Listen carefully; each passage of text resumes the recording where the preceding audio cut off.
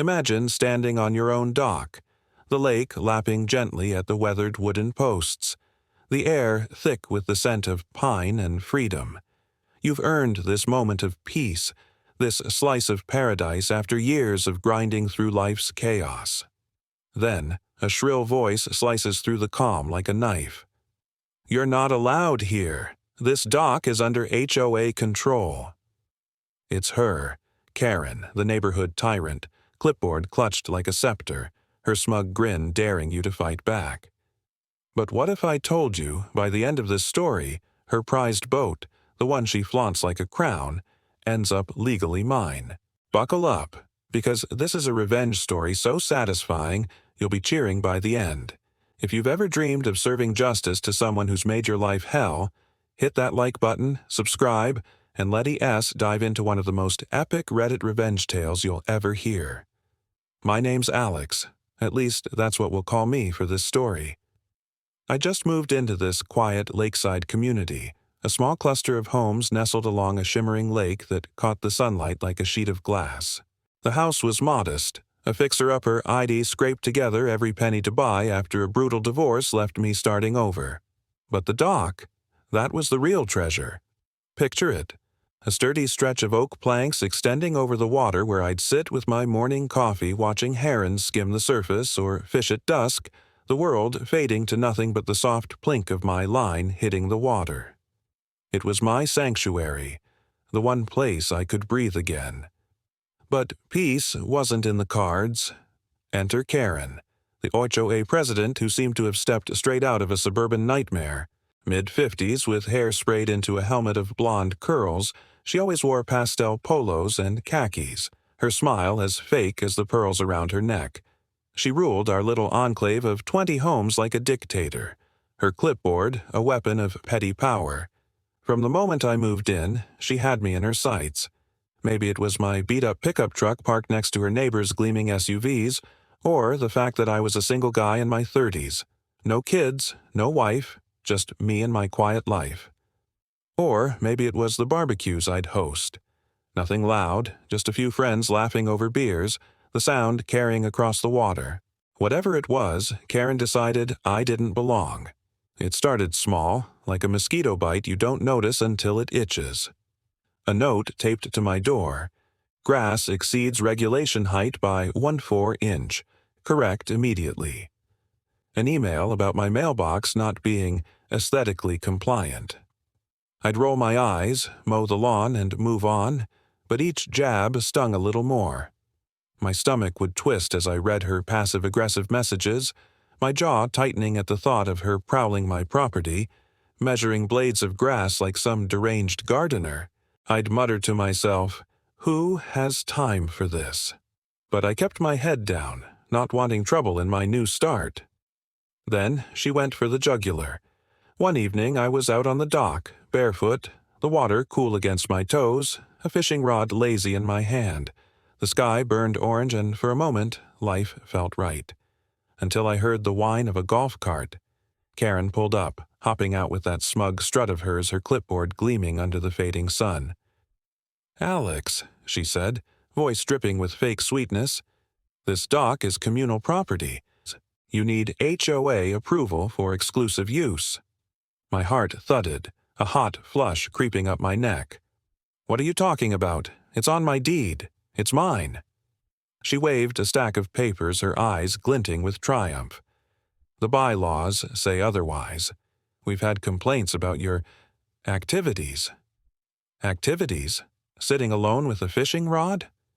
My chest tightened and I felt like a kid caught breaking some rule I didn't know existed. "This is ridiculous," I managed, voice shaking. She just smirked, turned on her heel, and drove off, leaving me staring at the ripples in the water, my sanctuary violated. Inside, my thoughts churned like a storm. Who does she think she is? This is my home, my escape. She's stealing it, piece by piece. My hands shook as I poured a glass of water, splashing it on the counter. I paced the living room, the hardwood creaking under my feet, replaying her condescending tone, that smug grin. It wasn't just the dock, it was the disrespect. The way she made me feel like an outsider in my own life. I'd spent years feeling powerless in my marriage, letting my ex walk all over me, and now this. No, I wasn't that guy anymore. The harassment didn't stop. Over the next few weeks, it escalated. Signs appeared on the dock. No unauthorized access. Karen called HOA meetings where neighbors avoided my eyes, their whispers trailing me like shadows. One neighbor, an older guy named Tom, pulled me aside at the mailbox one day, his voice low. "Watch out for her, Alex. She's got dirt on half the board. Cross her, and she'll make your life hell." My stomach sank, but my resolve hardened.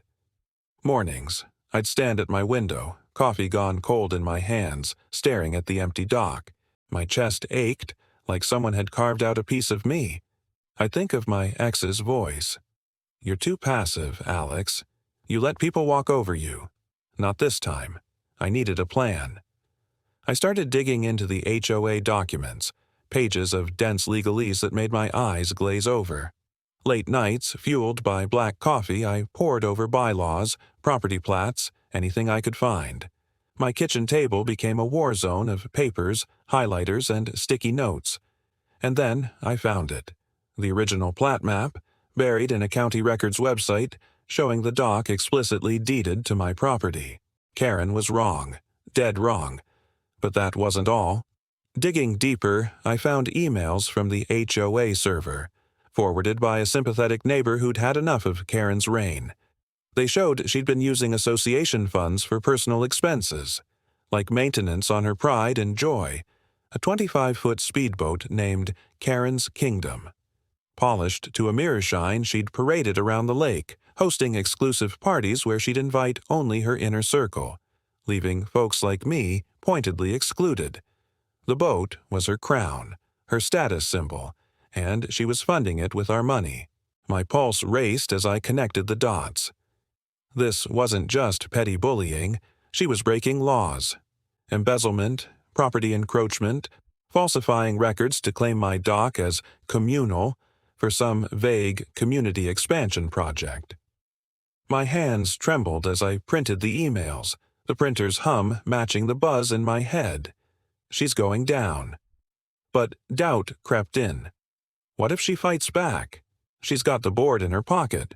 What if I lose? I pushed the thoughts aside, jaw set. This wasn't just about the dock anymore. It was about justice. I called a lawyer friend, Mike, who'd helped me through the divorce. Over beers at a dive bar, the air thick with cigarette smoke, I laid out everything. His eyes lit up as he scanned the documents. "Alex, this is a slam dunk. She's misusing funds tied to your property rights. You can file for a lien on her boat to cover damages." A lien? My heart pounded, a mix of fear and thrill. "You mean I could take her boat?" Mike grinned. "If the judge agrees, it's yours to auction." That night I barely slept, my mind racing with possibilities. I could see it. Karen's face, crumpling as her precious boat was towed away. The thought sent a jolt of adrenaline through me, like lightning in my veins. Planning the revenge was meticulous, every step a tightrope walk.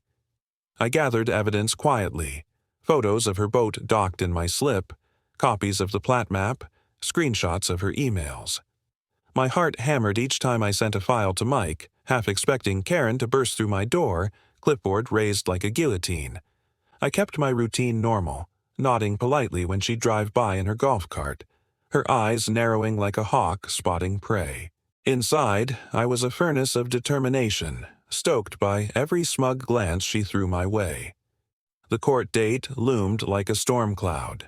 I barely ate that morning, my stomach a knot as I drove to the courthouse, the lake glittering mockingly in the distance.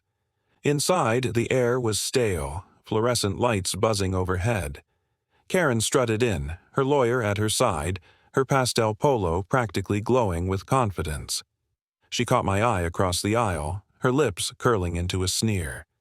"This is a waste of time, Alex," she hissed during a break, her voice sharp as broken glass. "You'll regret dragging me here." My palms sweated, but I held her gaze, my voice steady. "We'll see, Karen." The hearing was a blur of legal jargon, my lawyer laying out the evidence with surgical precision, the plat map proving the dock was mine, the emails showing her misuse of funds, the photos of her boat encroaching on my property. Karen's face stayed smug at first, her arms crossed, but as Mike spoke, I saw cracks, her foot tapping faster, her fingers gripping her purse until her knuckles whitened. My heart thudded so loud I swore the room could hear it. What if I miscalculated? What if she slips through? Then the judge spoke, his voice cutting through the tension like a blade. Based on the evidence, the plaintiff's property rights were violated, and the defendant's misuse of HOA funds is substantiated. Motion granted. A lien is placed on the defendant's boat, to be seized and auctioned to cover damages.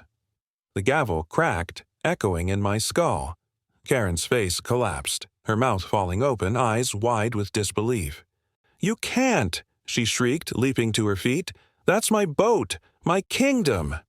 Her lawyer grabbed her arm, whispering urgently, but she yanked away, her voice rising to a wail.